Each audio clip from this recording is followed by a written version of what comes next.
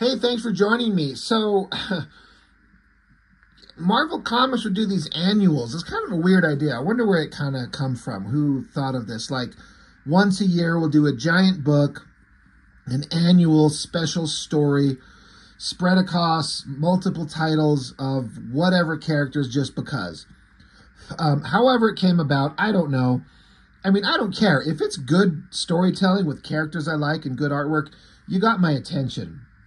I can't say that this Shattershot crossover was anything I gave any shit about.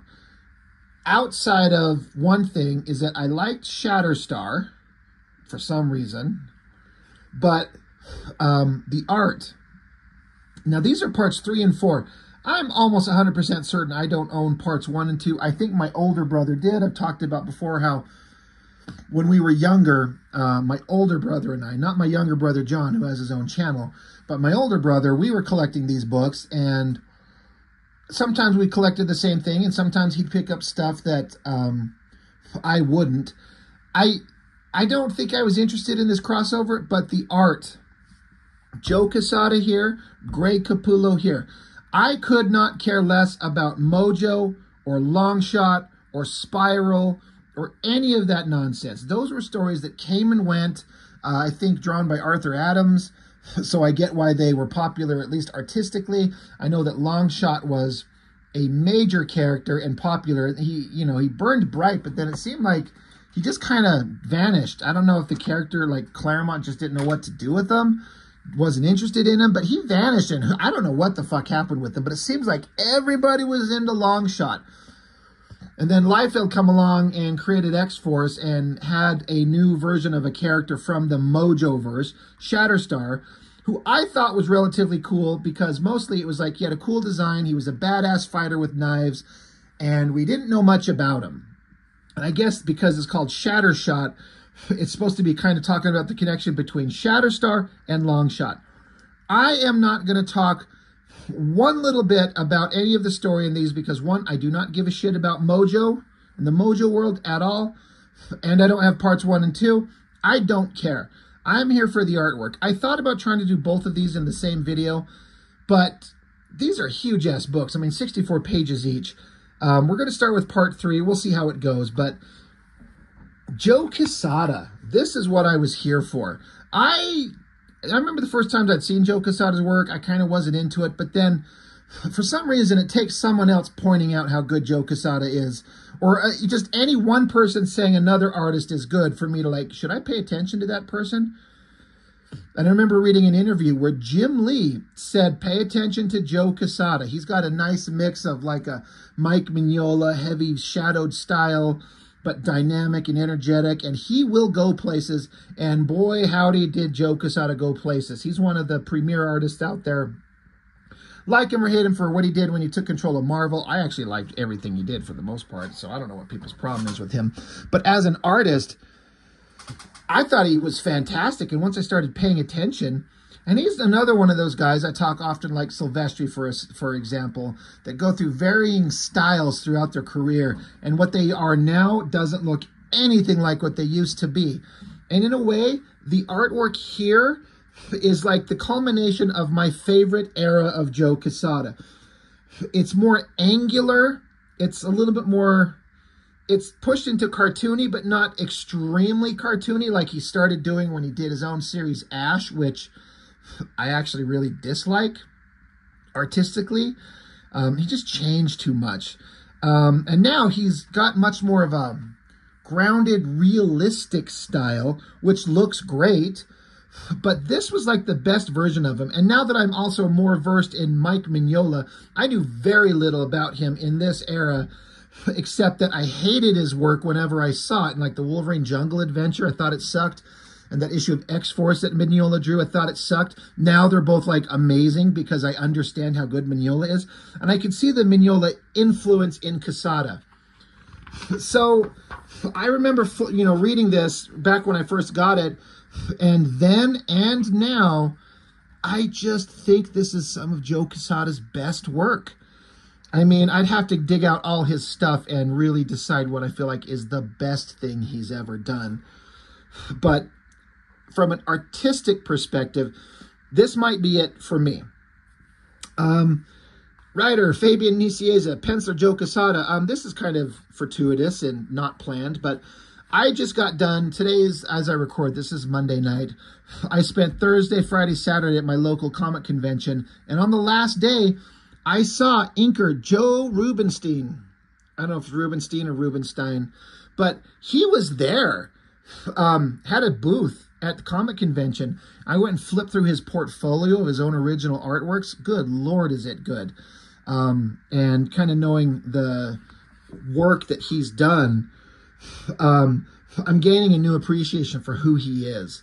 But I didn't get to meet him. I saw him. He was busy doing a commission for somebody, and I didn't want to interrupt him. I mean, he's there to talk to people and make money. I didn't have any money to spend, so I didn't want to interrupt him, so I left him alone. So there's 3 different stories. One of them dropped by Joe Madureira. And Joe Mad, this is super, super early Joe Mad stuff. It doesn't even look like his work. It's actually not very good, but we'll see. But this beginning storyline, again, I'm not going to talk about the story because I don't know how we got here, but I remember as I was flipping through this to kind of prepare for this, this art influenced how I started to draw in so many ways, with heavy shadows, trying to incorporate a strong shadow and a light source in my work because I saw how Joe Quesada was doing it. I don't like Mojo, but this monstrous version of him, I kind of dig. It's creepy, it's drooly, the stupid expressions. I've always loved this big shot, this shadowy kind of almost silhouette-y with the light behind him, the shadow of his arm cast down here. I think that looks great. And then just Joe Quesada's interesting ways of drawing. Just this little tiny figure, long, gangly kind of proportions, but all the details in there. Little details. This shot of Bishop looks like he's shooting somebody. I don't know what's going on. There's a character in here called Arise, some major character to the story. I don't know. Again, who cares? But just these little drawings are great. Again, Mojo to me, people probably say I would, what, is Arthur Adams' version the best? I haven't seen those, but this is the best version of Mojo I've ever seen. He's gross and he's monstrous. I really liked this. It's like a projection on like a screen of like the X-Men, but there's no shadows on him. It's just the open line drawings. Just this shot of like Wolverine, his angry, screamy face, his body twisting as he slashes. I thought that looked so great. Again, another heavily shadowed version of Mojo looking great. I like the expression on this guy's face, the shadows, the dynamic shadows going on there. Just Joe Quesada, he's got it. Now, the story is written by Peter David. I take that back. I'm sorry. There is a story written by Peter David in here, but this is by Fabian Nicieza. But I'm mistaken. I got ahead of myself because it's X Factor. And Peter David always interjected humor into his characterizations, and I didn't mind it, honestly. It made it fun. If you make me laugh, I'm kind of on board with it. So there's these little moments they have in here where, like, Strong Guy's making this massive sandwich, asking somebody for Polaris to magnetically pass the jar of mayo. Meanwhile, Quicksilver here is, like, using his hyper speed to make some kind of salad. And then the gag here is that the jar that Strong Guy wants, you know, we've all been there when you can't twist the lid off something. Well, he's the strong guy of the team, and he can't get it. And he's pissed off, and there's some dynamic thing with Rain being moody and pissy, and so Havoc has to like do a little energy blast to get her to back off and calm down. Again, good angle. Another thing that Joe Quesada will do, talking about the Mignola influence, besides the heavy shadows, and I feel like really good storytelling, is Mike Mignola, I think he's been on record as saying he doesn't do like worm's eye views or bird's eye views. He doesn't put the camera really low looking up, nor does he put the camera up really high looking down, which is kind of interesting because you get some really dynamic kind of moody shots doing things like that. And if you just eliminate that from your repertoire, it's interesting that you can find a way to make it work. But Mignola does. But Joe Quesada will use some extreme angles, down angle shots, weird perspectives for dramatic effect. He's really good at it. Continuing the humor, Strong Guy cannot open up the jar. So Multiple Man shows up and using his duplicates, 3 of them, like they're like, we can get the lid off this thing. So it's like, pull, I am pulling, brace, I am bracing. But then the jar slips out of their hands and then the duplicates fling off, smash into the table where Strong Guy was making a sandwich, splattering everything everywhere. And again, Quesada put in all the detail. There's like tomatoes and there's like all the food and then all the bottles and cups and jars, all the details in there. It looks great. Quesada's putting in the work. So now, of course, the stupid accident has turned into an impromptu like training session where Lorna Dane, Polaris, is using her powers to levitate things to keep them from spilling. And even some Havoc saying, you're levitating celery? And she's saying there's trace iron minerals inside it. All right. So they're trying to like make the mess minimal. And then Havoc is using his powers to put up like a energy blast field to like vaporize some of the littler things just to clean up the mess. So it's silly, but it's kind of fun. Meanwhile, the jar's floating in the air, lands in the hands of Valerie Cooper, the government liaison leader. And she just takes the bottle and just taps it on a corner, pops the lid right off just like that. All these guys couldn't come up with that. So I thought that was a cute scene. I thought it was kind of fun. There's some humor. There's some good drawing. That is stuck out. I remember that scene specifically. Like the whole Mojo World stuff. Couldn't tell you anything about it. Don't care. So now they're standing around. And they're talking about different things that are going on in the world. I always like this extreme shot where Valerie Cooper is holding this drawing or a picture of a spiral forward and the perspective use, the extreme perspective on it.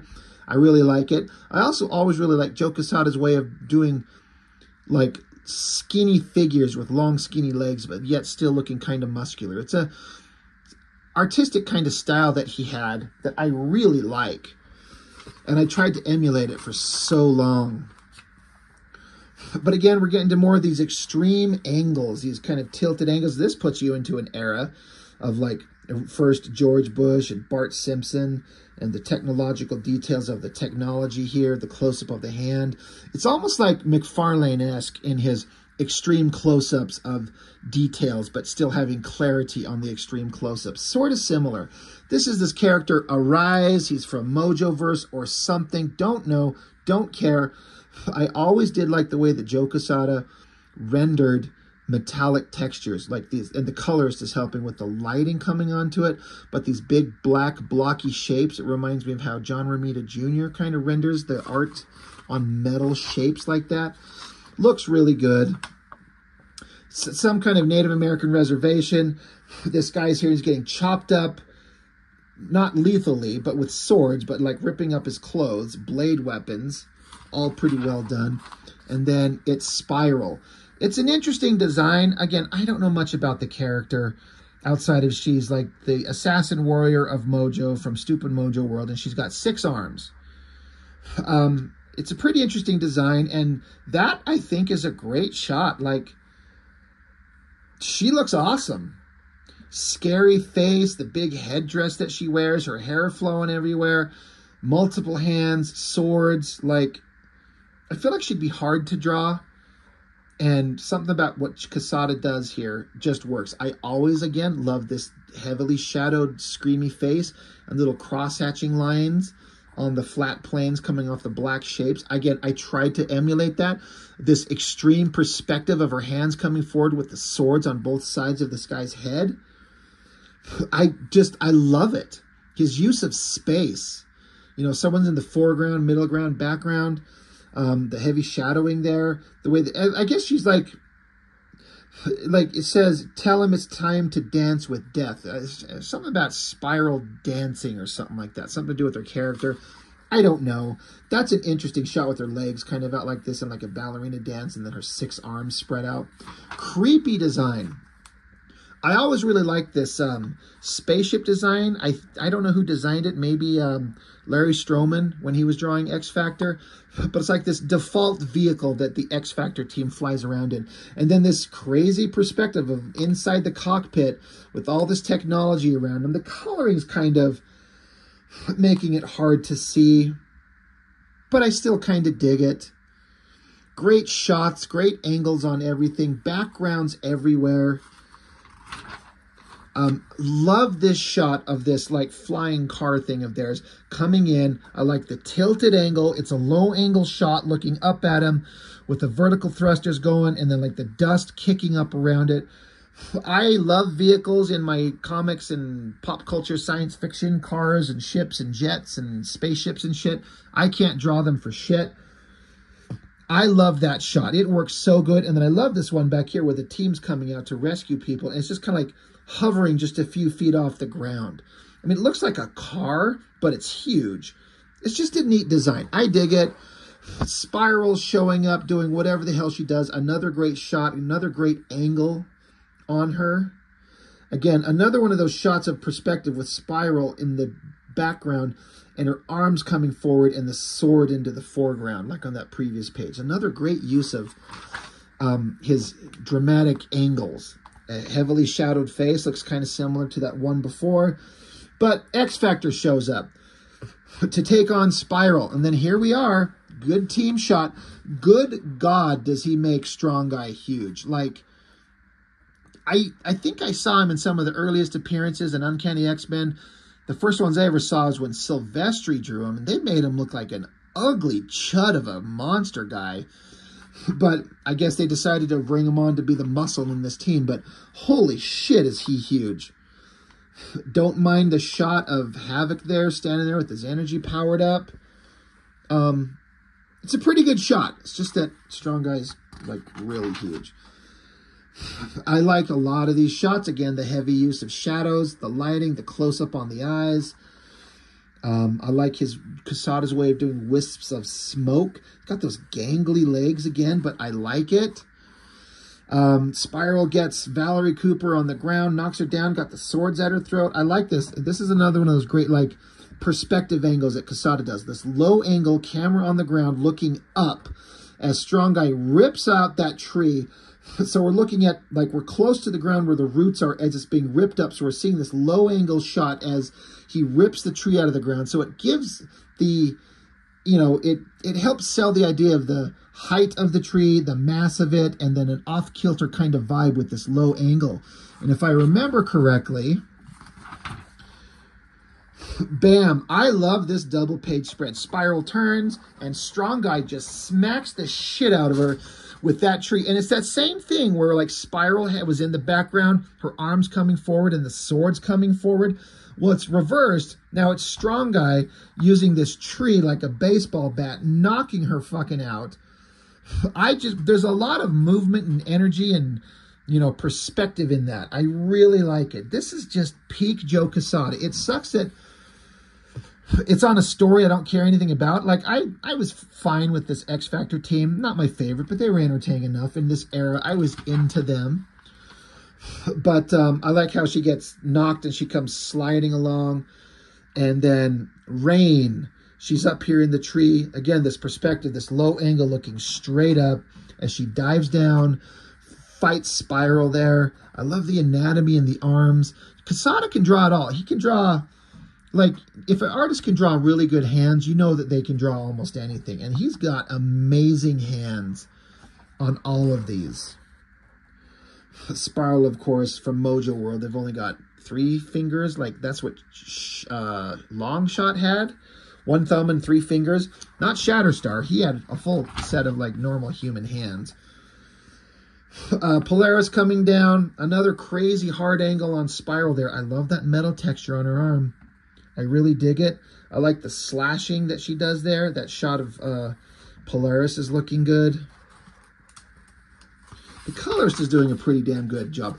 This is another one of these pages where the shadows on his face there and there, I tried to incorporate that type of stuff in so many of the cheap comics I was doing back in the 90s when I was 15, 16, 17, 18 years old, because I thought they looked so good, and I still do.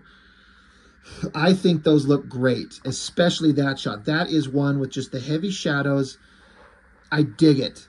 And then the manifesting his powers, like all black with just the eyes and the mouth, and then the spiral kind of energy of Havoc's energy rings, but then this like Kirby Crackle-ish type stuff coming off it. And then just the way that Quesada manifests his powers.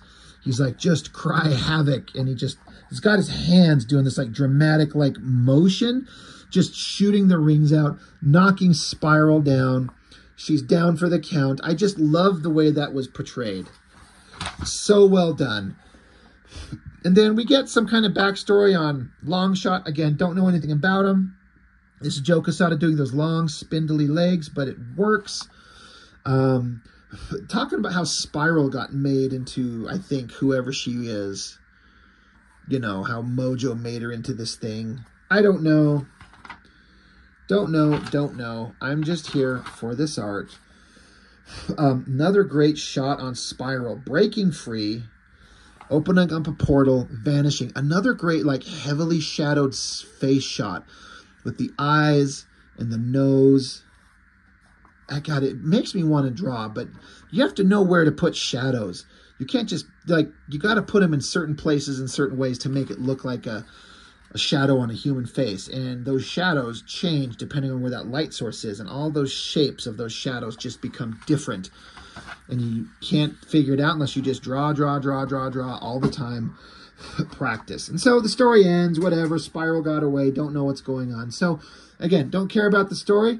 But, man, this might have been the single issue that solidified me as Joe Quesada is amazing. And I am super, super here for his work. Love it. We get a Mutant Masterwork by Bill Sienkiewicz with Quicksilver. Pretty good. Pretty cool. Some boring story written by Peter David. Derek Robertson, penciler, inker Andrew Pepoy. This is all very competent stuff. But when you go from what Joe Quesada was doing before to this, like, it's expressive and there's emotion and character, but this is so boring by comparison. I don't think I ever bothered reading this. I could not have cared less about Valerie Cooper. I cannot care less about some office story. This artwork looks so boring by comparison.